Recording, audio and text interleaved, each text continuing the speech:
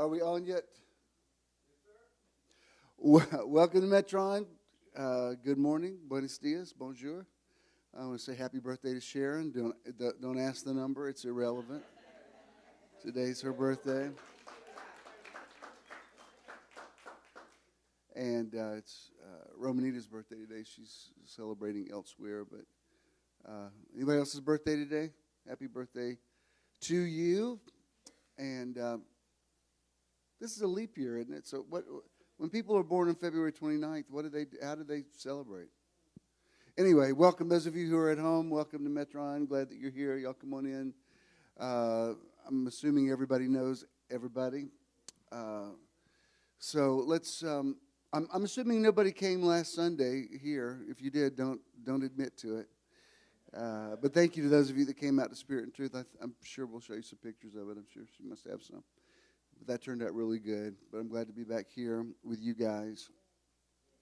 Spirit of God, we're always in your presence. We're always in the presence of God. We cannot leave the presence. David said, where can I go from your presence? You know, my down sitting and my uprising. There's not a word in my tongue that I speak that you don't know altogether. But on days like today, we have a heightened awareness, a heightened consciousness of being not just in the presence of God, but being in the presence of the gods, being in the presence of the Elohim that we're a part of. The same King of Kings and Lord of Lords is also the God of the gods, and we're not afraid to say that. We have been given divinity, and we come together and bring a synergy that cannot be created when we're in separate locations, even though we're always all together. Two are better than one. And so this day, this time that we've set apart for people to come here and be actually in this geographical location, we believe there is a special blessing. And those who are watching online, that you're able to tap into that as well. We create a divine synergy today. And believe that anything is possible. We speak miracles into existence today. We release life and the power of the tree of life. And everybody said, please remain standing. Let's do the Lord's Prayer. Please. Our Father who art in heaven, presence of divine love and light that lives within us and within all of life, hallowed be thy name. We invoke the powerful creative nature of all that is sacred and holy. Thy kingdom come. We embrace the healing essence that is the kingdom of heaven within us. Thy will be done. We accept our greatest good as we align with our divine nature. On earth as it is in heaven, knowing that the affairs of our lives reflect our evolving consciousness. Give us this day our daily bread. Each day we receive great blessings from within and throughout all the activities of our lives. And forgive us our trespasses as we forgive those who trespass against us. We accept the divine nature of all things and all people, including ourselves, as we move away from judgment and toward greater awareness of divine presence. And lead us not into temptation. We shall be vigilant in expressing and experiencing the oneness with all life. But deliver us from evil as we are learning to live without fault-finding and suffering. For thine is the kingdom and the power and the glory forever and ever. For we accept the consciousness of divine perfection with all its power and glory right here, right now, and forever. Amen. And so it is. Tell the person next to you, I hope you realize how blessed you are to get to sit next to me today. And you may be seated.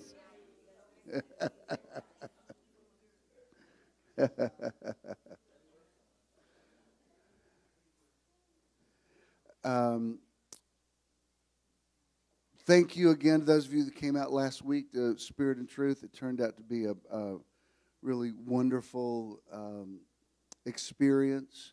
And if you don't know, we consecrated my cousin, Pastor D.E. Paulk, who is now Bishop D.E. Paulk. And it was just a wonderful day. I think we got that's the front of the program, the brochure. And some of that, the guy up there at the top, he's with Morehouse College, and Bishop Allen's a friend. Bishop Sanders is a friend. Well, they're all friends. Dr. Beckwith was great. I had always wanted to meet him. Really enjoyed that. And they had a portrait of Uncle Earl up there. And oh, you got some of these? Okay, this. Okay, yeah. I was doing the prayer. Oh, you're using some I didn't approve. Okay, all right. I see. You're into BJ's stash. Need to have a little talk with you, Michelle. We always use my curated pictures, but okay. I took that one. You can use that one, yeah. And that one I'm okay with. That's Bishop Jordan. That's Jack Bomar from, I think he's also New York. And that's John, if you don't recognize him, that's John Scott without hair. Yeah, they have, they're down in Florida. Now I'm nervous about what other pictures you have up here.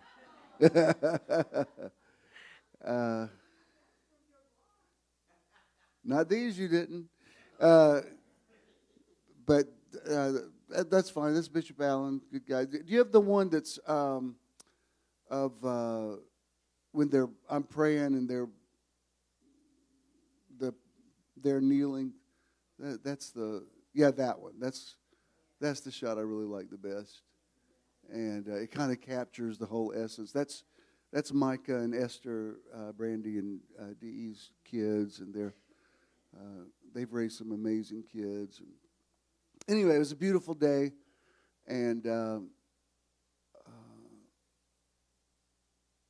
putting all the stuff on him. Some of that was Bishop Pearson's, some of his vestments. And what was really cool, I had never met his widow. In all the years I knew Carlton, I never met Gina, and she was there and participated. And so that was, it was really nice to meet her, and kind of, she sat across from us at lunch and kind of put the pieces together with that. Another thing that was really cool, we were sitting there, my Uncle Don was sitting beside Gina, and somehow we were talking about my grandfather and some of the miracles that took place in his ministry. And I said, somebody ought to write a book about him. I can't believe nobody has. And somebody had, and Don wrote the preface to it. He didn't even, he must not have heard what I said, because he was like, yeah, somebody should. I'm like, they already did. Anyway, I just ordered that. I don't know him. I think I'm related to him, that Daniel Tomberlin, but it's my grandmother's maiden name was Tomberlin. I mean, there's a lot of us. I'm not sure who I'm related to, but I ordered that on Amazon. I'm looking forward to it. I'm hoping that he captured some of the incredible stories from my grandfather. But anyway, that turned out really, really good, and I'm happy with it. Also, remember, we've got Meditation Weekend number 22 coming up in April 27th and 28th in St. Simon's. This will be the 6th time going to St. Simon's. I don't think we've ever been there that something dramatic hasn't happened.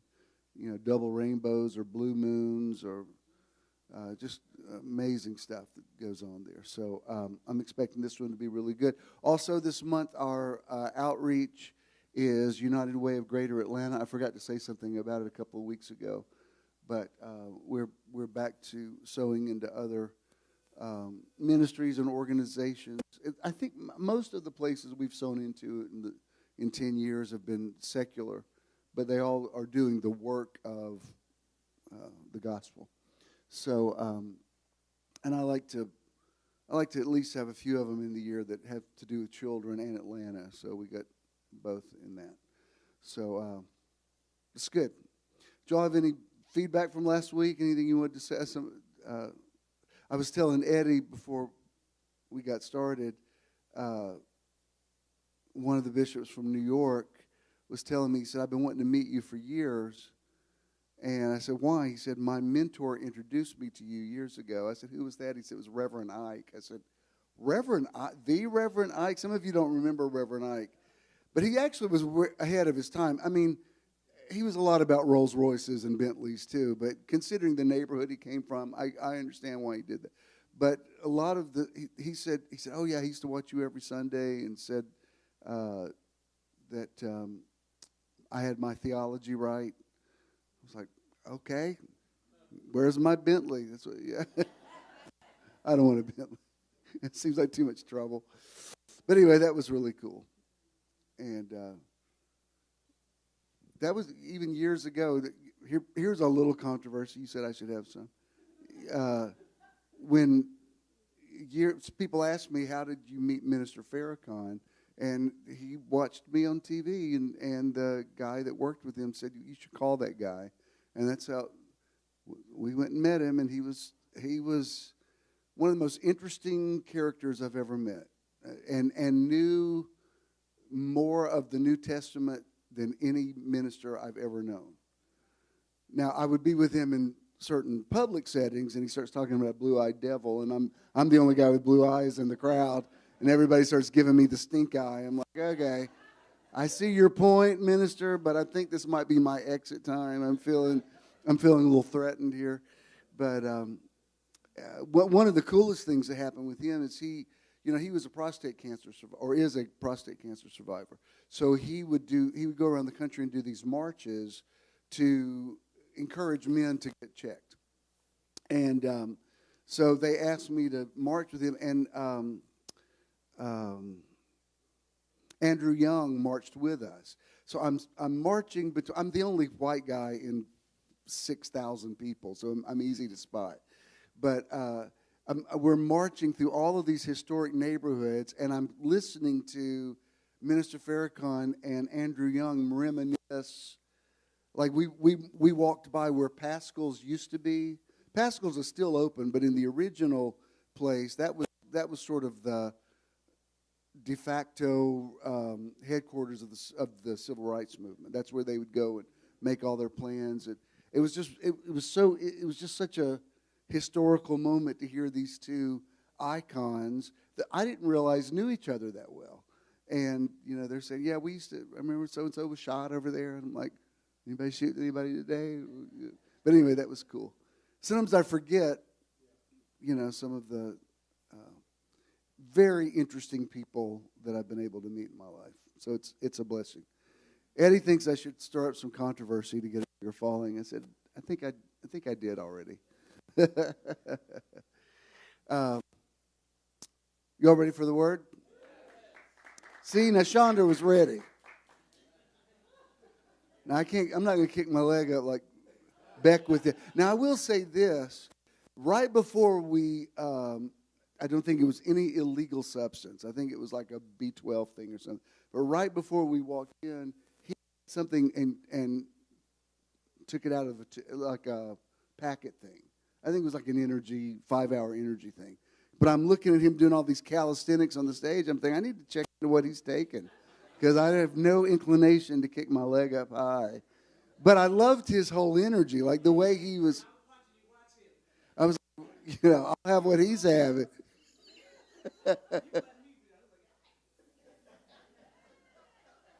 Well, sometimes with his back turned to me, some things I couldn't understand what he was saying. So, but then he got in a groove where I thought, okay, I hear what he's saying. That's really good. But I did like his energy thing. It wasn't just what he was saying. It's like he communicates with his whole body. I thought that was again, there will be no kicking here today. Yeah, I don't bang on stuff. Okay. Say what?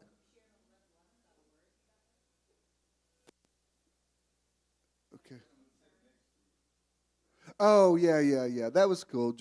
Bishop Jordan, during the middle of it, he looked over at me. He said, you're about to come out of retirement, don't you? I said, well, I'm not really retired. He said, I know. I see what you do now. He said, I've watched you. He said, but your next wave is coming.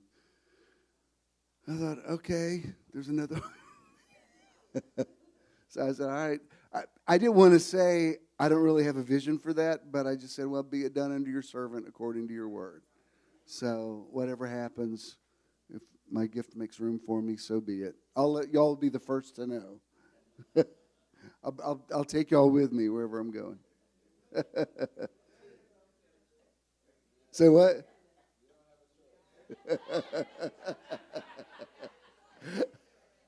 I keep changing locations, and y'all keep finding me. Like, where's in Kirkwood? All right.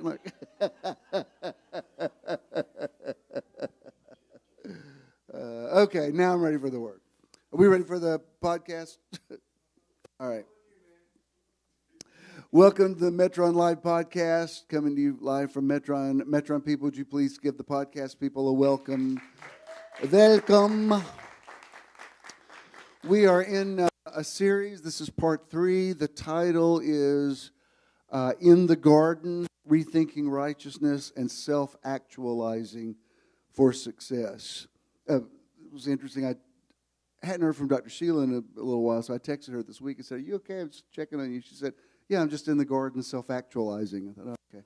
I guess, hey, Dr. Sheila, I guess you're watching.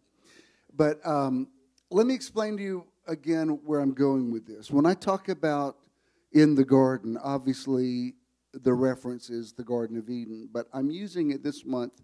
I want you to think of it as a metaphor for your life. You have a Garden of Eden in which you were placed, and you were given instructions. You were given, the same way that Adam was given instructions to dress and keep the garden. You were given a life's mission, and you're supposed to do something with the life you were given. You know, they say who you are is God's gift to you. Who you become is your gift to God. And so when we look at the whole Genesis narrative, which where I'm at on my journey, I tend to lean more towards the metaphysical interpretation of it than literal. I don't think Adam and Eve were technically the first 2 people on the earth. If you believe that, you're entitled to your opinion. The earth's just been here for a while. And even in Genesis, if you know how to read it, even Moses says that God was aware of other people. Cain went somewhere to find his wife, and there was a place called Nod. And when a mark was put on Cain, Cain said, "When the other people see me, they'll know something about me." So I just believe that the Hebrew Bible narrative began with the concept of an Adam and Eve. I think Adam and Eve are figurative. The name Adam means blood of God. So when we talk about Adam and Eve, we're talking about the creation of God. I do believe in God. I do believe in a creator. I do believe in intelligent design. Do I believe he's a Jewish man on a throne? That might be one incarnation of him, but I'm not going to limit. The concept I have of God is much bigger than gender or patriarchy or culture. To me, that's what Jesus meant when he said it's necessary that I go away. In other words, if I stay in this incarnation, you're going to only think God is this, and this is just a part of God. That's why I don't have any issue. I know you all know this, but I don't have any issue when somebody says the universe this, the universe that, because in my mind, they're just saying God's a bigger concept than what you got in Sunday school. That's all that means. It's yes and, it's not either or. And that's why several of you, Rhonda was mentioning about the prayer I prayed last Sunday, Spirit and Truth. That's why I prayed the way that I did. I prayed Father God, Mother God, Creator God, Spirit of God. I invoked the angels. I invoked the ancestors. I invoked my grandfather. I invoked my uncle. I invoked Carlton Pearson. That's a real thing. I remember one of the meditation weekends we did was in Cherokee. And Cherokee is technically a Native American reservation. The entire city is. That's why there's a casino there. But I spoke a lot about ancestry, the ancestors of indigenous people, and how much the Native Americans who lived and still live in that part of the world were very connected to the ancestors. And Wellington I remember, was on that trip, and he said, "Do you remember what you said to me?" He said, I really appreciate you restoring the ability to speak to ancestors, because when European influenced ministers came to spiritually colonize Africa, they basically said, don't talk to the ancestors anymore because of something that Moses said. Moses said, don't speak to the dead. Well, I don't believe the ancestors are dead. I think they're just in another dimension. And I think it's, I'm telling you, I don't think you think I'm joking about this, but I don't overuse this, but a couple of times I've called on Leona because she told me, she said, I'm going to be, she told me this 48 hours before she transitioned. She said, whether I'm here or not, I will always be with you. You're not going to get rid of me. So there was one night I was having chest pains really bad, and I prayed and I also said, Leona, if you're calling me over there, don't call me yet. I'm not ready to go. I love you and all, but I need you to put in a word for me. And, it worked. Now, some people would say, oh, you can't do that. You'll open yourself up to demons. Like, come on. That's ridiculous. And so when I pray, I'm saying lots of things when I pray, and all of it resonates with me. Are y'all cool with that? That's not controversial enough. All right, let me see what else can I say. What can I say that I haven't already said? So in the metaphor of the garden, Adam and Eve are given. Come on in. In the metaphor of the garden, Adam and Eve are given the possibility to create their reality through two different options. One is the tree of the knowledge of good and evil, and one is the tree of life. And because they chose to see things a certain way, they were cast out of the garden, but not in a punitive way. They were basically taken out of their environment until they got their perception right. That's why it says that an angel was placed in the garden with a fiery torch. I don't think it was to keep them out. I think it was to light their way back to them. What's that got to do with me in the garden? This is what I'm trying to get across to you this week. You have a Genesis experience in your life that is leading you to a revelation experience. Okay? You're here to figure out why you're here. Haven't you heard this quote? I've heard Steve Harvey say it. I've heard other people say it. The two greatest days of your life, one is the day you're born, and the second one is the day you find out why you were born. And so you were given a destiny, a plan, best case scenario for your life.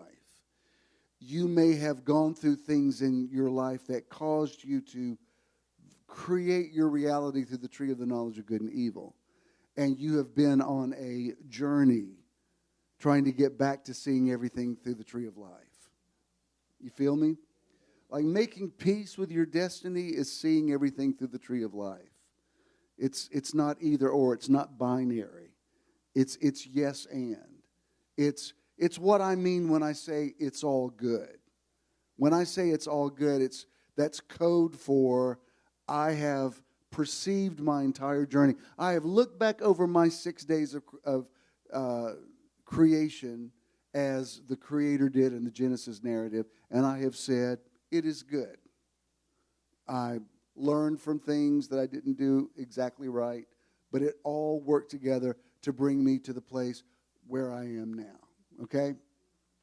That's why I'm using the phrase rethinking righteousness. Righteousness just means rightness. And until you get in your right destiny, until you get into the life you're meant to live, you're never going to feel exactly right. When I was in Bible college, it was a big joke among people is I don't want to get called to the mission field. People say, I hope God doesn't call me to the mission field. Like people would say, I looked up in the clouds and there was a cloud formation that looked like South America or Africa or India, and I think, oh, I hope that's God not calling me there. And it was a big joke about, no, I want God to give me a nice church here in America. And what I would say to people back then, I'd say, I know you're joking, but if you're called to the mission field, you would be unhappy until you got there. To people who are really called, that's not a problem. That's a no-brainer. So you're saying it would be unpleasant for you to go because that's not in your calling. I probably was, not probably, I'm sure I was way too blunt about this in my earlier days. But when people used to come to me to ask for advice about a ministry, and they'd say, I think I'm called to the ministry, but I don't know, I would say, you're not called to the ministry.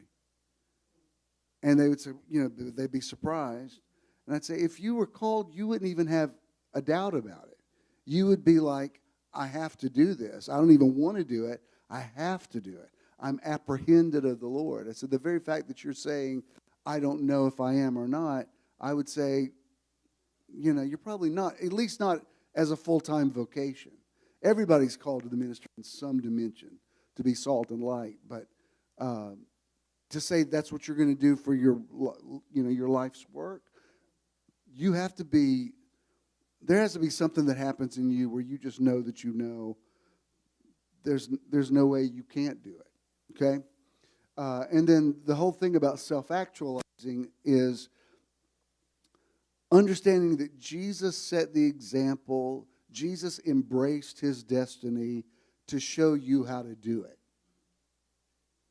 And at the same time, to wean you off of him. Now that's the part that's for grown folks.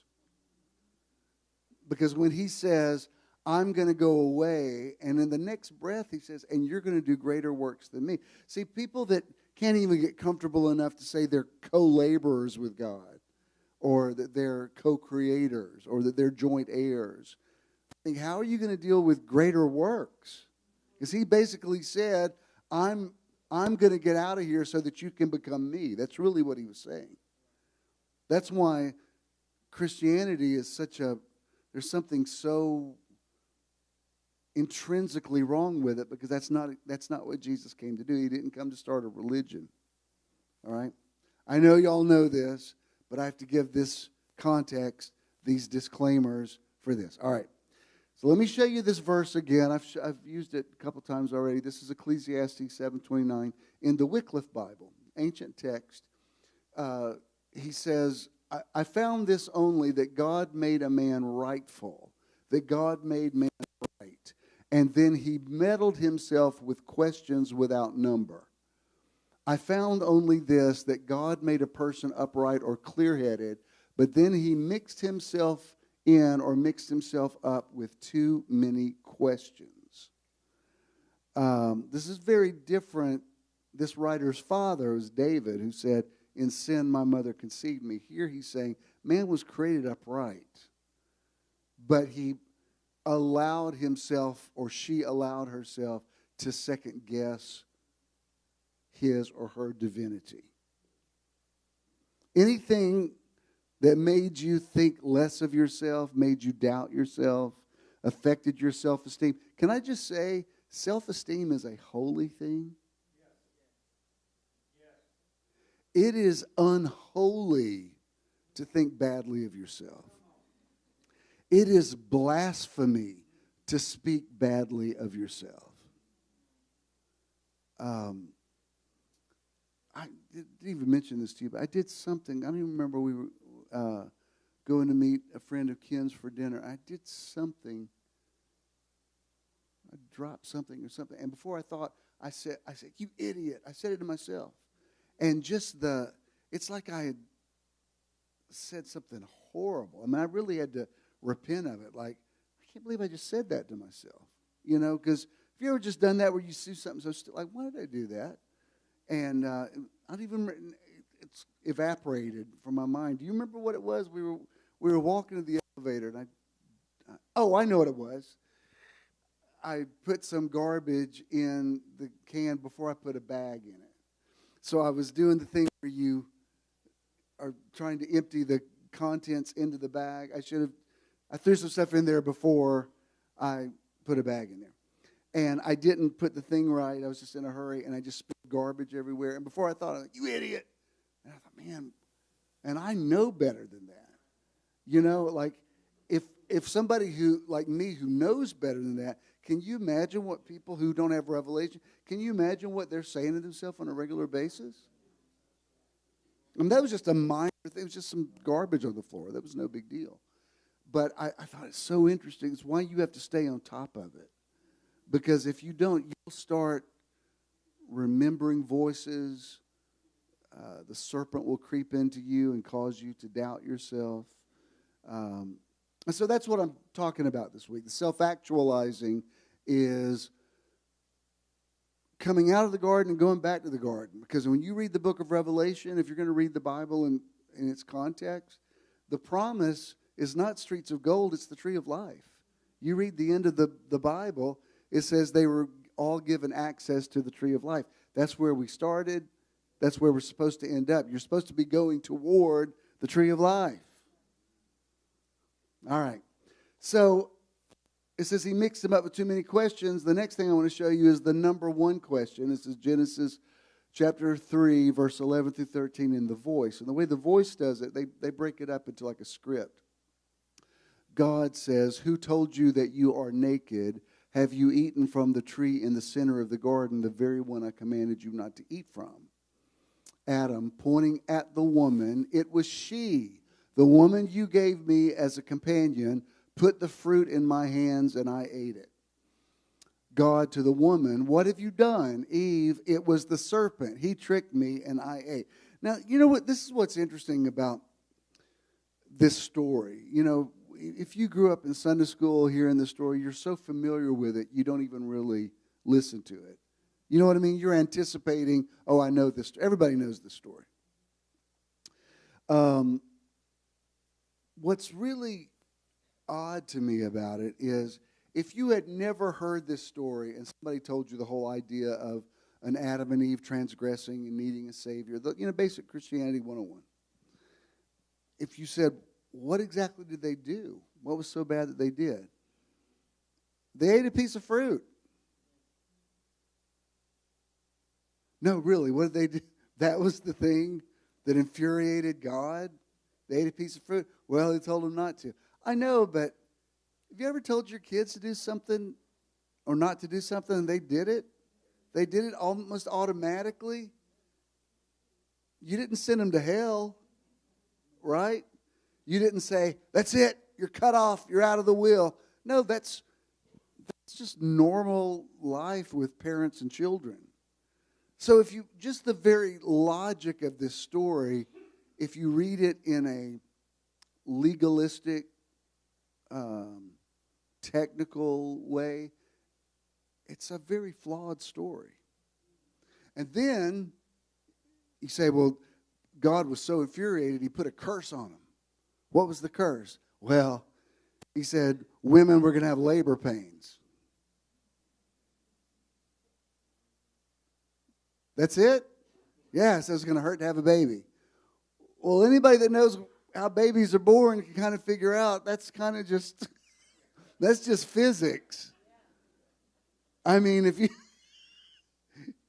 under normal circumstances, something that large to go through something that small, you don't even have to be a woman to know, like, that's going to hurt. At least for a little bit.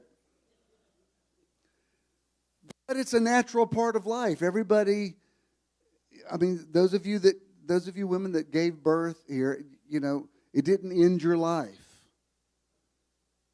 You were like, yeah, it hurt. And then it was over. Well, what did he say to the man? That he was going to sweat when he did yard work. Again, that's it? These seem like really minor infractions, and these curses are pretty mild. Like, you're going to break a sweat when you mow the lawn. Like, oh, I'm so scared. You're going to have labor pains. Like, okay, I kind of, I learned that in health class, all right? So when I read that, I think, well, there must be more to this story then. When you literalize it too much, it starts sounding really illogical. What I get from this, and this is really where I want to take you today, is when your life goes in a direction that you're not happy with, and you blame anybody else for the direction of it, you're bringing some kind of curse on yourself. Self-actualizing.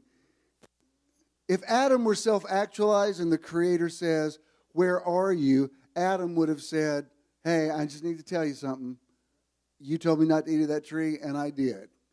And I wanted you to hear it from me first." What do you think the Creator would have said? "Okay, thanks for telling me. I'm glad I could hear it from you. I'm an all-knowing God. I already knew it anyway. But thanks for telling me." But because Adam gets this perception of, "Oh, I'm naked, now I'm afraid," and God's like, "Well, who told you that?" Not, "I now say unto you that thou art naked and cursed." He's like, "Where'd you get that from?" The implication being, you didn't hear that from me. Can I just tell you that religion has put a lot of words in God's mouth that God never said? What did Jesus say to the woman caught in adultery? "Where are your accusers?" "I don't have any." He says, "Well, I'm not accusing you." "Bishop, is God okay with adultery?" I'm just telling you, don't shoot the messenger. What he said to her is, you're making life choices that's making your life difficult, but I'm not condemning you. I know y'all may fall out of your chairs when I tell you this. God knows about sex.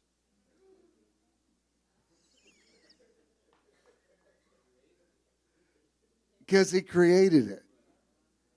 And again, it seems like with Jesus, if you believe when Jesus said, "If you see me, you've seen the Father," people's sex lives didn't even seem to be on his radar screen. It's like he just didn't, the woman washes his feet with hair. He said, "I know what she does." It wasn't like somebody said, "Jesus, I need to have a word with you. Apparently you don't know what this woman does for a living." Can you imagine if Jesus had said, "Oh, I had no idea. Excuse me, ma'am. Put your hair back up on top of your head and wrap yourself up." I would like to say, I had no idea who this woman is or what she does. Please do not anybody read into anything. That will not happen again. I mean, I guarantee you if Jesus had handlers or PR people, they would have said, "Jesus, hookers bathing you is not a good look for you."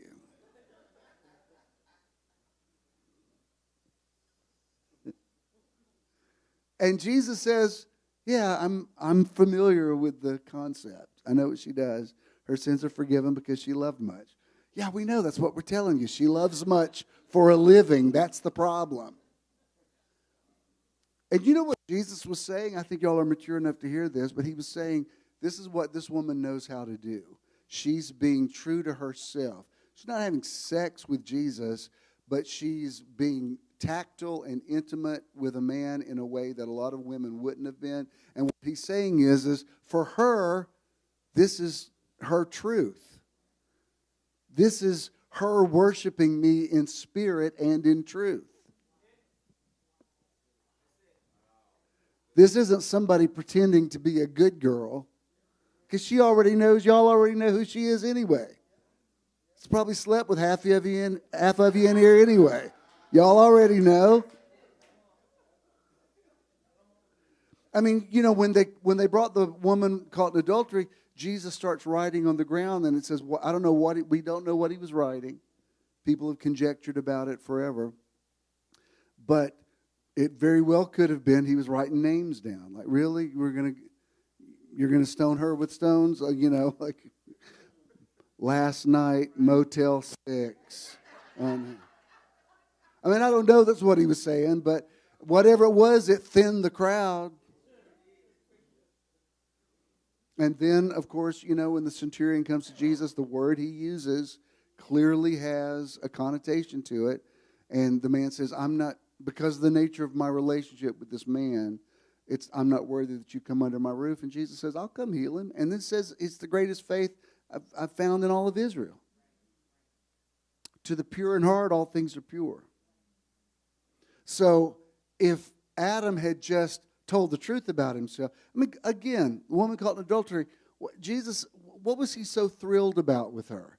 He says, go call your husband. She says, I don't have one. He says, you've well said. You've had 5 husbands and you're living with a man now that you're not married to. And he said, and the Father's looking for people like you. What, people that have lots of partners? No, people that tell the truth about their life.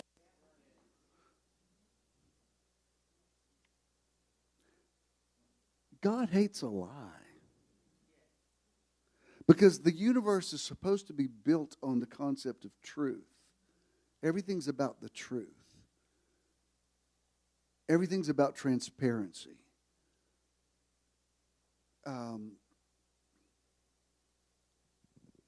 What's interesting to me about the nature of our culture now is people have pushed the boundaries of what we used to consider propriety more than ever.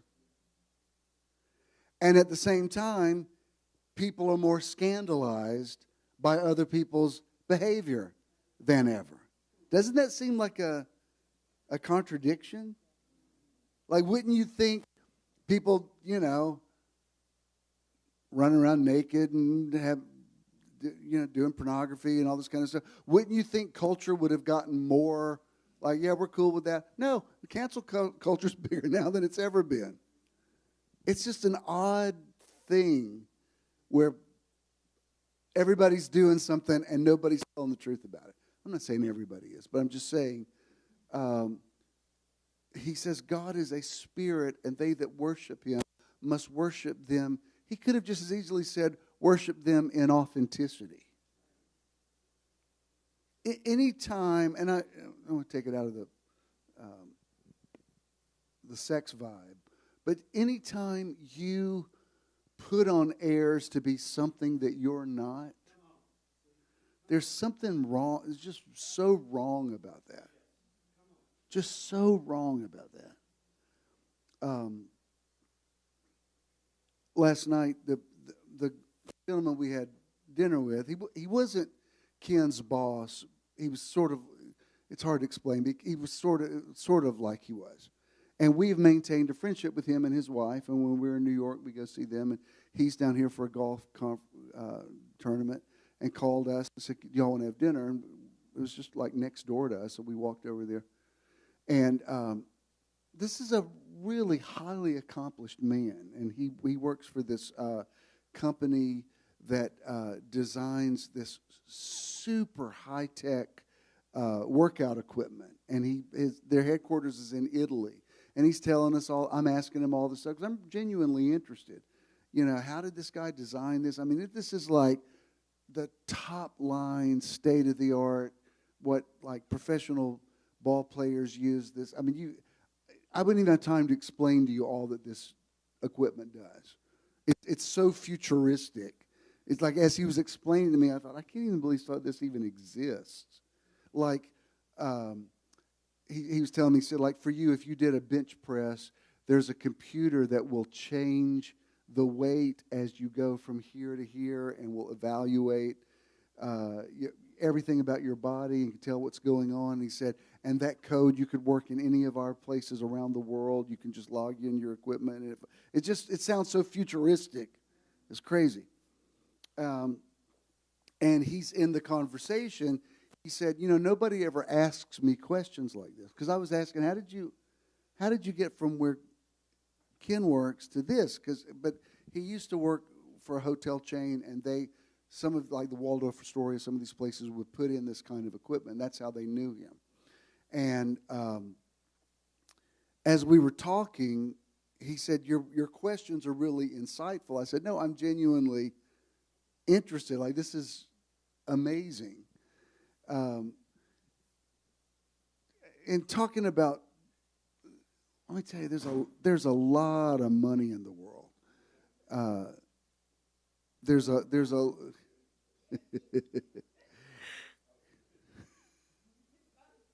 You're awake now, aren't you? See, I thought you were kind of glazing over, and I was like,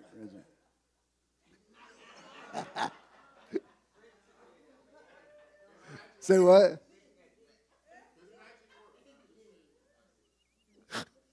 Someone just says Reggie has your back. All I have to do is like.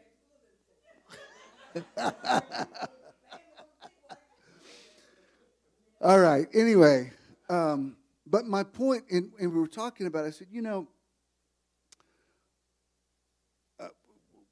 somehow the conversation went to why some people intimidate other people, and I said, I don't understand it, because if I meet somebody who's very accomplished or successful or wealthy, especially if it's an area I'm not familiar with, I'm never put off by it. I'm interested in it. I never think, oh, that guy's better than me. I just think, oh, wow, this guy knows some stuff I don't know. I'm curious. Tell me about your journey. I think that's pretty interesting. And he was saying that, but he said that comes from a place of self-esteem. You're not comparing yourself with somebody else. And that's my whole point in this series. The power of God in your life is supposed to make you like God on the earth. Let me tell you something. When somebody acts better than somebody else, acts like a jerk, they're compensating for the bad way they feel about themselves. People who really know who they are don't make you feel bad about who you are. Chandra, I'm sure you've noticed this with celebrities that you've met. The bigger they are, the nicer they are, typically. The ones that are threatened by you on their way, they have an agenda. The ones that know who they are, they're like, some of like the really, really big celebrities that I've met, if I had a chance to talk to them, they were like genuinely interested in talking to you, and I didn't feel put off by them at all. All this stuff where you think this group is better than that group, or all of that's a lie. It's just a lie that needs to be exploded, because people are just people. We went to a very high-end restaurant last night, and he was talking about how much he misses Taco Bell. And Ken was telling me, he said, they've opened a Longhorn out there by Reynolds where I work, and he was like really interested in that. I thought, how are you possibly interested in this? But he was, because people are just people. All right. What's the next thing I have on here? All right. I know I quoted Kay Fairchild the other day. I'm going to quote her again. Let me just read. This is a post she did on February 6th. I like everything about it. Romans 5:12, the King James Version states, "Wherefore, as by one man's sin," and she was talking about how the sin technically means mistaken identity. Like I think it's the Greek word hamartia, I believe. It literally means to miss the mark. It means to not be who you are. Whereas by one man's sin or mistaken identity entered into the world, and death by sin, and so death passed upon all men, because that all have sinned. Now, the first thing I showed you today is God created man upright. Adam introduced sin or mistaken identity into the world, but man himself bought into it. Isn't that like what I just read out of Ecclesiastes? Man was created upright, but he confused himself with too many questions. And all those the granddaddy of all those questions is, who told you were naked? All the other questions in your life are the offspring of that one. Because naked becomes a metaphor for who told you weren't right with God.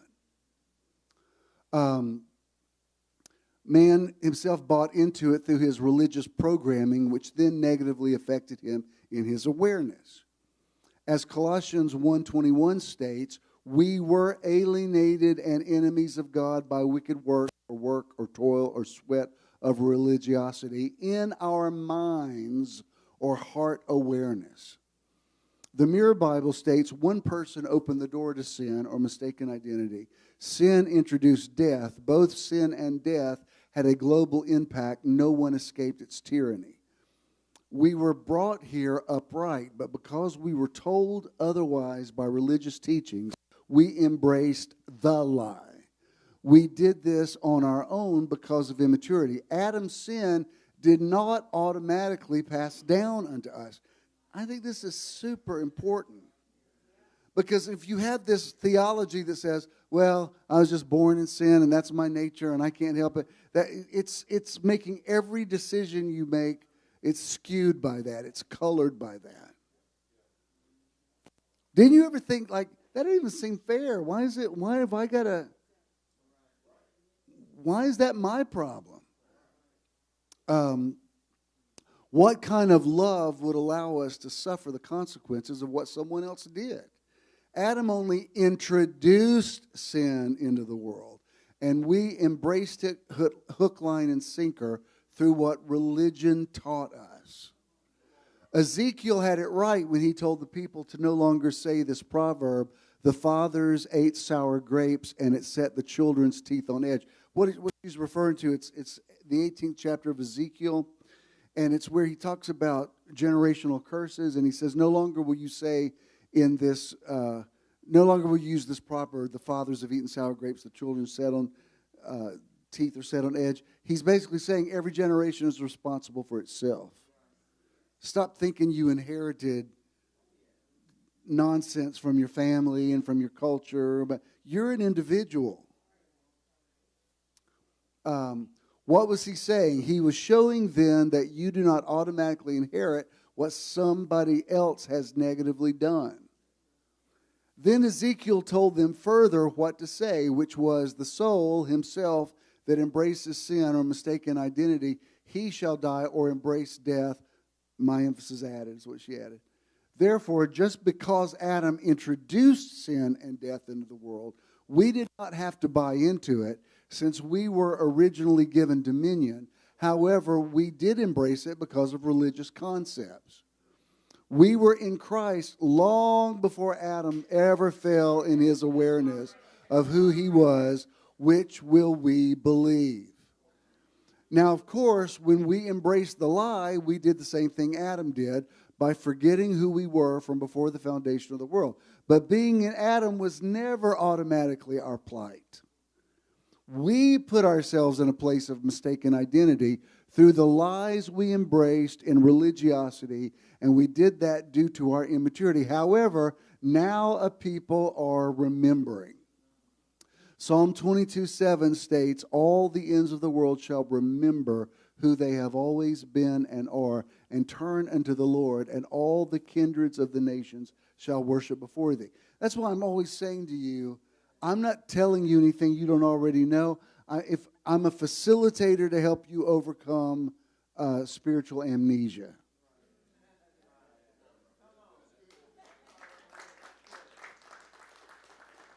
Even Eddie, what you said to me before, you said something about the thumbprint I've left. Sometimes when you're in the middle of your current reality, you kind of forget, oh, I am that person. And the same thing's true for you. You have to remember who you are. I mean, it has to be brought back to your attention. When people settle for less in life, it's because they have forgotten. They don't believe they deserve it. They have forgotten their rightness, their righteousness. People settle for wrong relationships. They just settle because they believe a lie. Did you know it's also a holy thing to stand up for yourself? It's a holy thing to defend yourself. It's a holy thing to say to somebody, sorry, you can't talk to me like that. It's your responsibility. It's a holy thing to have boundaries. If somebody's manipulating you or accusing you, you have a righteous imperative to say, you can't do that to me. You can't talk to me that way. And it doesn't mean that has nothing to do with arrogance, because you're not talking to them that way. That's why periodically I've had to share this over the however many years I've been on social media. The reason I don't put up with somebody going on my page and arguing with me about something or insulting me is because I've never done it to anybody else, ever. Ever. I read stuff that people post all the time that I'm like, good God. Seriously? You really believe that? But I'm thinking this is their front yard. This is what they're putting out there. So as long as you're not on my page, like, namaste, I guess. But, whatevs. But because I hold myself to that standard, I also say, no, you can't. You're not allowed. Can I say it to you this way? And I said it to you once before and y'all got it. Can I just say that having access to me is a privilege? It just is. And the people in my life who have access, like if you have my phone number, if you have ever messaged me or whatever, it's because you've earned the right to. You're in my life, so it's not a bother to me. There's other people I'm like, no, you can't. I don't think I can give you that access because I don't know what you're going to do with it. Right. Like I can't, I have a responsibility to protect my own divinity. I can't, it's not that I can't take it. I mean, I can, there's nothing you could say to me that's worse than, I've heard everything. But I just, no, I don't allow that now. Like you can't, now if you're going to play nice and you have a stake in my life, yeah, here's my number.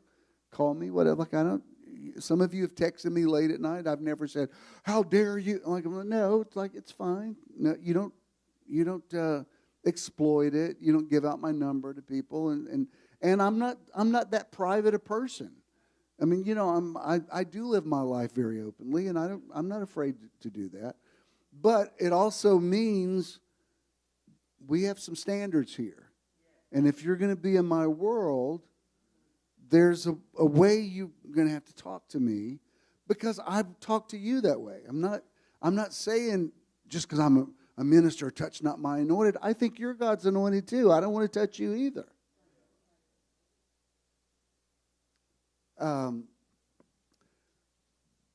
We're constantly informing people how to treat us. And if you allow people to treat you a certain way, you can't complain about what you've permitted.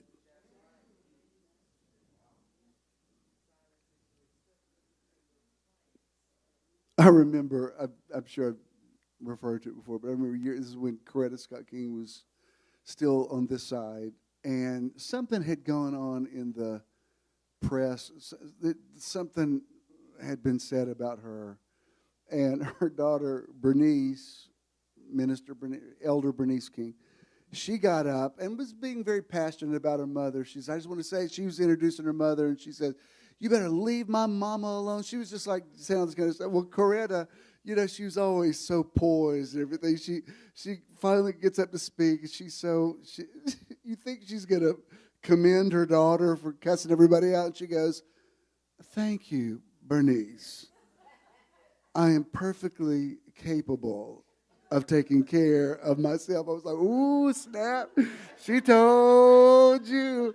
I mean, it wasn't like she even said, that's my daughter. She was like, no, I got this. But let's just say Bernice didn't say anything else. She took several seats. Because when Coretta tells you, like, I don't need that, but thank you. I know your heart's in the right place. But it was just kind of a moment where when she said it, you're like, damn, she's Coretta Scott King. You know what I mean? It's like you kind of, do you know what I mean? It's like at first when I was listening to her daughter, I was like, yeah, leave Miss King alone. And then she gets up and I'm like, oh, Miss King, take care of herself. I forgot for a minute. She's an American icon. Yeah. She ain't just somebody's mama that got cussed out at the Walmart. And it was just kind of a moment where it's like, she sort of took your dignity back and sort of set everybody straight. Like, I've been around this block a few times. I mean, they've been writing about me in the papers long before you were here. So it was just kind of a moment. And it wasn't like she was being a jerk about it. It was just like, no, this is who I am, and I'm good. And that's what I mean by self-actualizing. is like, know who you are in God. And so let me get back to this thing about the blame thing. Because I'm telling you, this is really important. Let me show you this quote. This is by Brene Brown. And she says, perfectionism is a self-destructive and addictive belief system that fuels this primary thought. If I look perfect and do everything perfectly, I can avoid or minimize the painful feelings of shame, judgment, and blame. Now, here's the thing about the word perfect. Perfect is subjective. What somebody else considers perfect behavior may not be perfect. Perfect is what's perfect for you. Can I just tell you this? Half the stuff that people apologize for themselves is unnecessary. Most times, the stuff you think, like, oh, I don't look right, or I don't this, or whatever, you over-explain stuff. People they're not even noticing it. It's completely unnecessary, the stuff you're saying. You compliment somebody. If you ever notice somebody immediately wants to tell you, I didn't pay that much for it. I got it on sale. Like, I didn't ask you how much you paid. Like, I don't care if you said, it's your money. Now, if you're talking about bargain hunting, that's fine. If you know somebody like that and you're like, let me tell you what I got this for, that you should go check that place out. That's fine. Nobody has any problem with that. It's when you automatically assume you don't deserve something nice. But that looks really good. Oh, I got it at Goodwill. Well, okay, that wasn't what I was asking. If you have the kind of rapport with somebody that you could say, don't tell anybody this. This is good. Well, that's fine. That's a relationship you have. But when it's just across the board, Proverbs says a fool speaks his whole mind. You ain't got to tell all your business.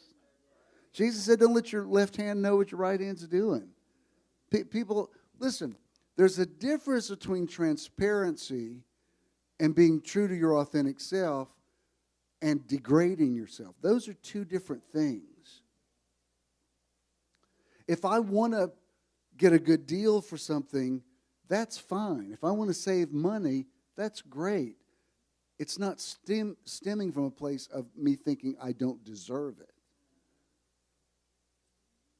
Furthermore, if you've worked hard for your money, however you want to spend your money is your business.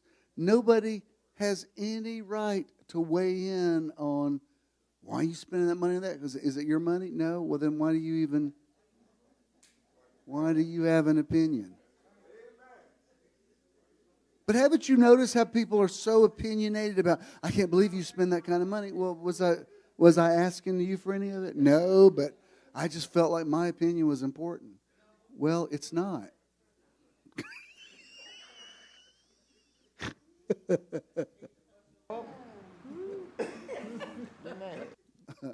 All right, let me show you this next one. Pema Chodron says this. We habitually erect a barrier called blame that keeps us from communicating genuinely with others. And we fortify it with our concepts of who's right and who's wrong.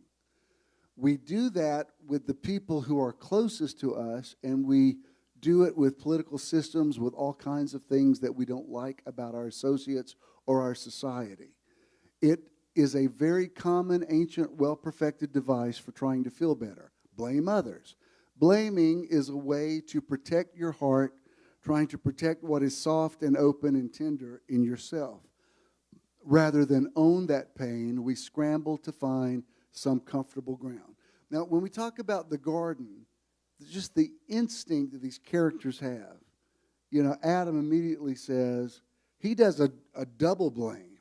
It was the woman that you gave me. Like, I'm totally out of this. This is beyond my control. This is all on y'all. I didn't ask for her. This was your idea. So if you're going to follow the story, you're the one that knocked me out and took my rib out. So y'all need to figure this out because this is all on y'all.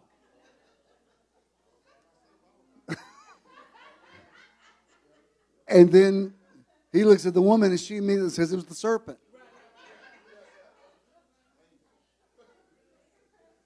Now, I'm not saying that you have to take, if you've been abused, there's certain things that are horrible. I'm not saying you brought on yourself. What I am saying is you cannot go through your life blaming everybody else for what happened to you. At some point, you have to say, this is what happened. This is my reality. And I completely own it. I would suggest this to you. You haven't grown up until you can do that.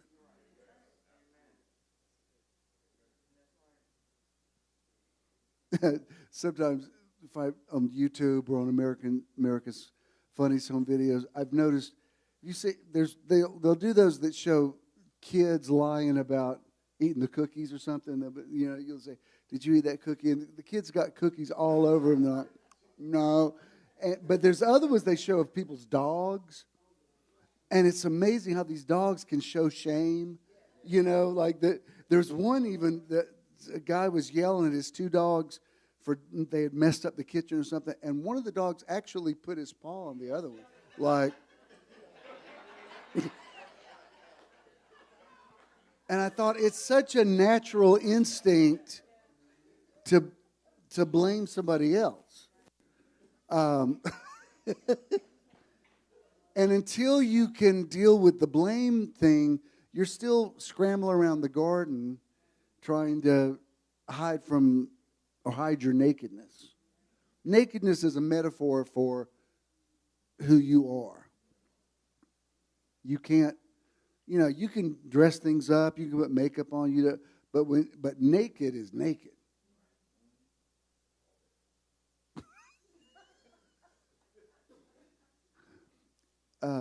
I had to go back to the dermatologist this week. They had to do a little minor surgery this week. And I don't enjoy just running around with my shirt off. I just don't. There was a time, but like these days, I'd rather just keep it on. Thank you very much. But I can't, it's a nice young girl that's the dermatologist, and there's another nice girl who's working for her. And they're so matter of fact about it. She said, "Just go ahead and take your shirt off and sit there. She'll be in a minute." And I thought, only y'all could say this to me, because everything in me is like, I'm not really sure. But it's like, well, there I am. And they don't care. I mean, for a minute, I thought, do you know how many shirtless men they've seen in their 60s they've seen today? This ain't nothing but a thing. And, so we're talking the whole time. And I'm like, well, I guess I better just get relaxed, That's what I look like. So there we are. And she doesn't care. There's no point in even me making a joke about it because, she didn't care. But I thought, I can't hide that. You take your clothes off, and there you are. Sometimes you get to look at yourself in the mirror, and you think, who is that?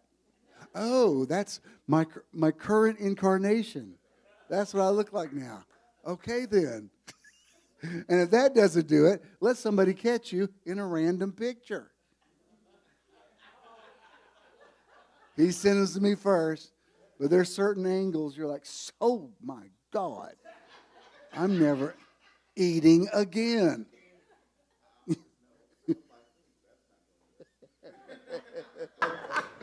And I do the same thing for y'all. If I post a picture of y'all, believe me, I've already checked it out. Make sure you're good with it.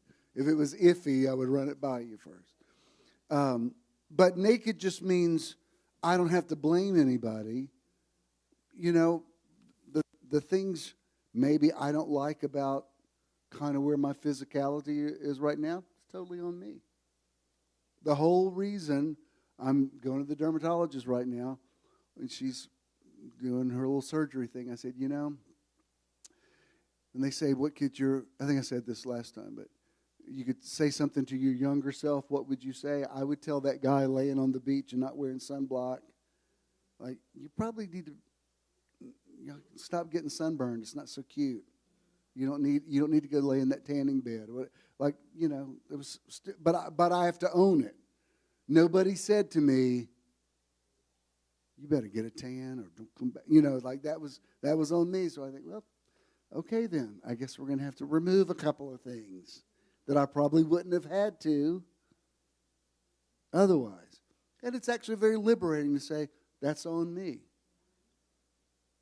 There's nothing like, it's happened to me more than once, visiting somebody chain smoking who has lung cancer and emphysema, blaming the devil. It's happened to me. I remember ministering to a guy who takes his oxygen out, and he's like, I want you to pray for me, because I said, devil, you're not gonna give me that lung cancer in Jesus' name. I took authority over that devil. I'm like, no, you didn't. Like this is all on you. There ain't no devil anywhere near. And I know there are people that get lung cancer who've never smoked. I know it's not always. But with him, I'm no doctor. But I'm pretty sure you could connect those dots. So at some point you have to say, I'm going in for treatment, but I totally own it. That's on me. Probably I wouldn't have had to get my shoulder replaced if I had just worked out consistently all of my life. But I've done a lot of fits and starts. You know what I mean? Like I would want to get back in shape, and I'd hire a trainer. I'd start working out really hard, and then I'd get back in shape, and then I'd quit. That's not good for you. If you're going to do it, you need to do it consistently. I didn't do it consistently, and so I have a new shoulder. That's why I say don't do it at all. You don't feel bad when you quit. The devil, you alive. Double-minded man is unstable in all his ways.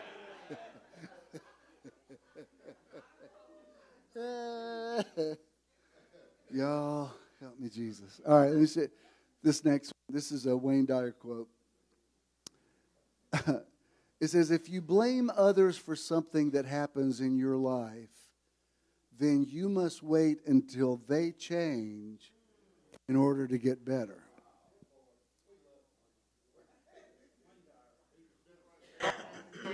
Huh? I said, that don't make you think. Because when you blame somebody, you've given them so much power. I wouldn't be this way if it weren't for you. All right, well, then you just empowered them to say they're completely holding your destiny in their hands.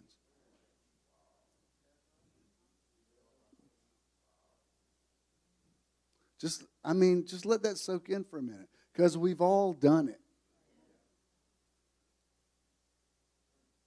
And then I have another quote by him, actually. I'm going to end with him. It says, all blame is a waste of time, no matter how much fault you find with another, and regardless of how much you blame him, it will not change you. The only thing blame does is to keep the focus off you when you are looking for external reasons to explain your unhappiness or frustration. You may succeed in making another feel guilty about something by blaming him, but you won't succeed in changing whatever it is about you that is making you unhappy. If you've settled for the tree of the knowledge of good and evil, then you have to just eat its fruit. When you see your life through the paradigm of the tree of life, you see all the stuff that could be labeled good or bad, good and bad, good or bad. But at a certain point, it becomes none of that. It just becomes part of your journey. If you say, I was fine until they did that, you've made that person too much of a God in your life. That's why forgiveness is so empowering. Because when you forgive somebody, you're saying, I can't let you have this kind of power over me. I did a teaching, I did an 11:11 this week, and I was talking about, because I got people that watch me in Africa, and like I know that their theology may not be mine. There's maybe more traditional. And I say, if this is not your version of Satan or the devil, that's fine. I'm not trying to convince you otherwise. I just need you to know this is where I'm coming from. To me, Satan or the adversary is the opposite of the truth. I don't think of it as an entity that's the devil with horns. I think there's lots of things that manifest as adversaries in your life. There are many devils. And I refer to this verse a lot, but I don't ever usually refer to the next verse. There at the end of John 14 where he says, Satan has come to me, but he has nothing in me. I say that all the time. You know what the next verse says? He says, he has come to show that I obey the Father and that the Father and I are one. That's not the devil I grew up with. The devil I grew up with is supposed to take people to hell. He's basically saying, the lie has come against me so that I can show what the truth is. And I showed other instances. I said, at the Last Supper, it says Satan entered into Judas. And Jesus looks at him and says, go do what you're going to do. Whatever you're going to do it quickly. He doesn't rebuke him. He doesn't command the demon out of him. He says, let the thing work out so that the truth can be seen. You think about all the lies you've believed about yourself in your life. You have to nearly embrace them to say, I can't empower this thing anymore. I'm going to forgive it. I'm going to let it do its work in me. Even I even mentioned the guy in 1 Corinthians 5 where Paul says, turn him over to Satan for the destruction of the flesh, that his spirit can be saved. Meaning, let the adversarial thing run its course so that he knows what the truth is about himself. I hope you're getting what I'm saying. It basically means until you confront the lie, you'll never know that you believe the truth. And if you run from the lie or are afraid of the lie is powerful over you. Jesus says, the lie has come to me, but it has nothing in me. And what I said, here's a good way you can remember this. When somebody triggers you, hurts you, devastates you, instead of obsessing over what they did, ask yourself, why does this person get to me like that? Why is this person this powerful in my life? That's where you're going to get to where the truth is. It's not, yeah, but they did. Stop the yeah, buts. Everybody did all kind of stuff. The question is, how did you handle it? What did you learn from it? How did you self-actualize from it? Joseph says to his brother, you meant it for evil against me, but God used it for good that many people could be saved. I'm telling you, at a certain point, you need to look at all the adversaries in your life and say, I thank God for every one of you. If it hadn't been for you, I wouldn't know who I am. And now I know that I know that I know that I know. I mean, I know who I am. And I wouldn't have known it if you hadn't come at me with that lie. But I know that's not the truth. I got Wellington fired up. I know your spirit, and those of you who are streaming, I know you're hearing what I'm saying. And in your heart of hearts, you know this is the truth. You could believe this and still believe Adam and Eve were literal people. To me, that's immaterial. It doesn't matter to me. Probably all the Bible stories can be traced back to something that actually did happen. And then they were sort of, blown up and manipulated a little bit. But the basic truth of them remains whether they were literal occurrences or not. And something, of all the things I said today, the thing that resonated with you the most is when I said we were in Christ long before Adam ever fell. Doesn't that feel true? Isn't there something in your spirit that needs for that to be said? The cross wasn't this Band-Aid, this reactionary thing. Like, oh, we got to fix this. God's really mad that y'all ate a piece of fruit. It wasn't that at all. It was the Elohim created man, woman in their image, and anything that is less than that image is sin. It's mistaken identity. See, we thought, oh, sin is thou shalt not kill, thou shalt not steal. Do you know where all that comes from? It comes from people not knowing who they are.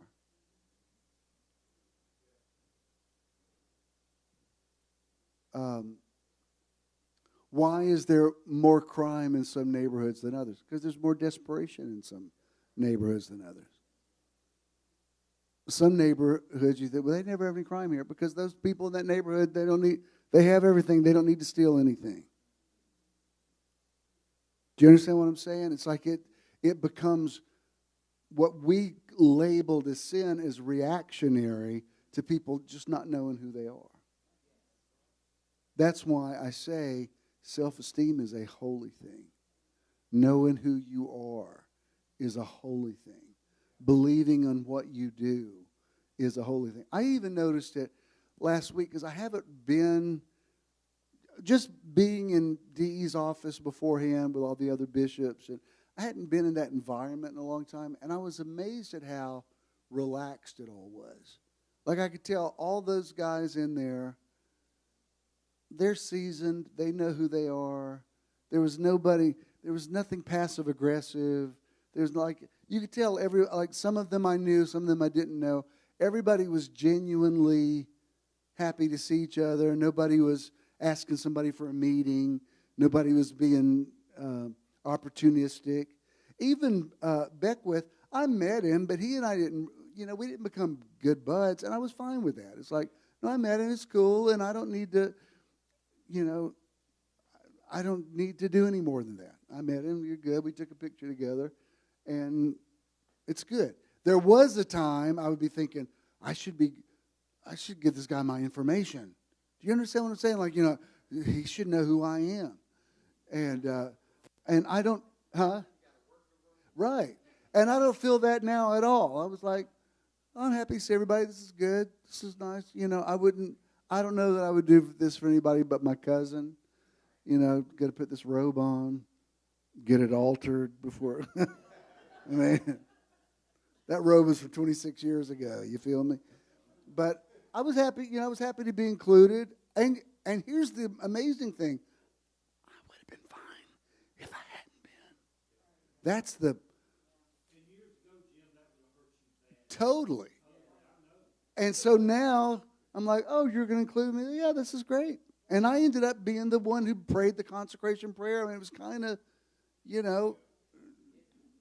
was kind of my gig in a way. You know what I mean? It was like, and that's what he wanted. He said, no, say whatever you want to say, pray. But he even said, prophesy if you want to. I didn't have a prophetic word. That's what I wanted to do. But it was just, I had been out of that flow for so long. It was kind of interesting to be back in it and to think, I'm totally cool with this. I mean, it's fine if the opportunity arises. But you know what? I'm just as excited to be standing here today talking to y'all. I swear. It's like, oh, this is good. I'm good with this too. I don't know if there's anybody in here who could give me I'm not trying to give my number, like, I better give Gloria my number today because she could help me out. I'm way past all that. That's why even when he says your next wave is coming, I'm like, all right. It wasn't like I was like, oh yes, I've been chosen. I was like, well, okay, we'll see. Do I have to buy another new suit? But I was just glad because there was a time that would have just made my day. Like, oh, I've been prophesied over. And now I just thought, well, it's cool. We'll see. And I don't know what our next wave would even look like. Who knows? Maybe I'm already in it. Maybe this is it. And if it is, yay. Ride that wave. Let's all stand.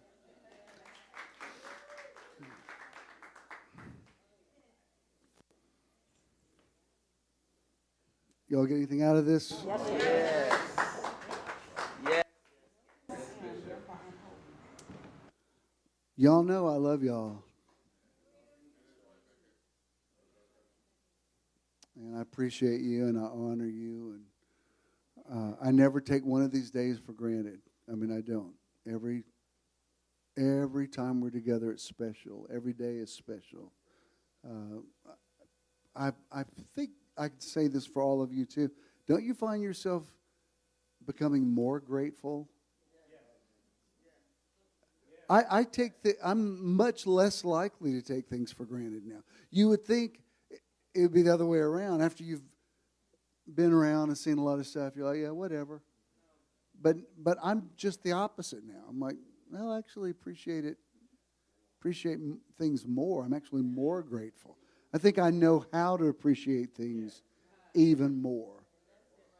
That's why even this past Wednesday night, I met all three of the boys were in town, and when we walked outside, they were talking about video games, and I said, y'all are like speaking in tongues. I don't even know what y'all are talking about. Because I just never, video games, I would buy them for them, but it's just not my jam. But I was looking at them, they were like laughing, and I just snapped pictures of them real quick. And they all looked at me like, why are you snapping pictures? I said, I don't know. It's just cool to watch y'all laughing together. It's just a flashback. I used to, like when my kids, I could hear them giggling and laughing in their room. It used to make me really happy, especially when they weren't screaming at each other or breaking something. I was like, oh, now that little sound is nice. I like that sound. And just for a moment, they looked like little boys laughing together. And I thought, thank God for cameras in your phone. Because, now you can just grab a moment and relive it and share it with people that understand. And, it's just, I think it's a beautiful thing. All right. Holy Spirit, I've told everybody what I believe was the right thing to tell them today. The rest is on them. And I speak an understanding, a knowing, a receptivity to this word, that we are triumphing in our own gardens and are finding our way back to the tree of life. We thank you for it. Amen. Please remain standing. Let's show you the outro. Metron is quick and easy. You can give any time using any smartphone. Text the amount you'd like to donate to 404-620-5044. You will then receive a notification that you successfully completed your donation. You may also visit BishInTheNow.com and click the support tab to give there as well. When you contribute to Metron, you're also donating to the charity or organization of the month. Thank you for your investment into Metron. Make your check to JESM. If you have cash, pay it forward. What did we have one? Is this the end of February? All right. Well, I'll start a new series next week then. And oh, you think there's more? All right. It's possible. I think it's important, don't you? Yeah. All right. It could be. Jim, also something you said in this today that it just spoke to my heart, Lord, and it's true. You've always been very respectful toward us. And I think it's been 10 years I've been coming or something. You've always been so respectful toward all of us. Right. And that's something that's precious for people that follow so. I appreciate that. Yeah. No, I mean, I really value it because you don't have to do anything. The fact that you do it willfully I never take it for granted. Thank you for saying that, though. It is hard to believe it's Metron's coming up on 10 years, and y'all were at Midtown Church before that even. But I can't believe I got to quit saying it, I guess. But I can't believe how time flies. All right, you're gonna have a beautiful week. It is well with your spirit, your soul, and your body in all things. I'll see you next week. Love you. Peace.